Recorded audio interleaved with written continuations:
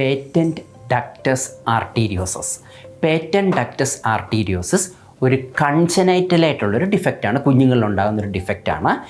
ഈ ductus arteriosus കുഞ്ഞുങ്ങൾ ജനിക്കുന്നതിന് മുമ്പ് കുഞ്ഞുങ്ങളുടെ ഹാർട്ടിൻ്റെ പൾമിനറി ആർട്ടറിയും അയോട്ടയും തമ്മിലുള്ളൊരു കണക്ഷനാണ്.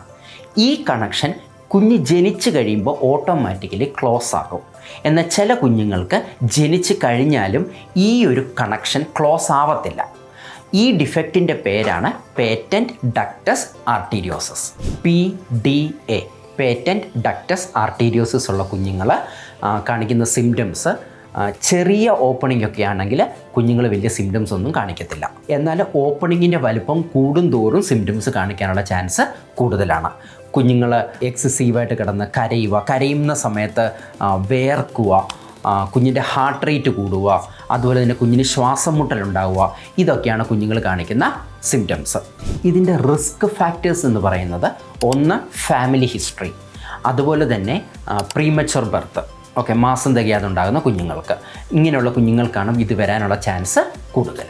PDAയുടെ കോംപ്ലിക്കേഷൻസ് എന്ന് പറയുന്നത് ഒന്ന് എൻഡോകാർഡൈറ്റിസ് വരാം, അതുപോലെ തന്നെ കുഞ്ഞിന് ചിലപ്പോൾ ഹാർട്ട് ഫെയിലിയർ വരാം, അല്ലെങ്കിൽ പൾമിനറി ഹൈപ്പർ ടെൻഷൻ പോലുള്ള കോംപ്ലിക്കേഷൻസ് വരാനുള്ള സാധ്യതയുണ്ട്.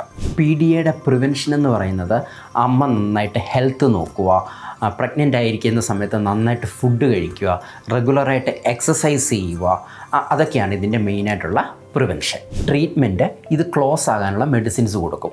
മെഡിസിൻസ് കൊടുത്തിട്ടും ക്ലോസ് ആകാത്ത സിറ്റുവേഷനിൽ സർജറി ചെയ്യേണ്ടി വരും.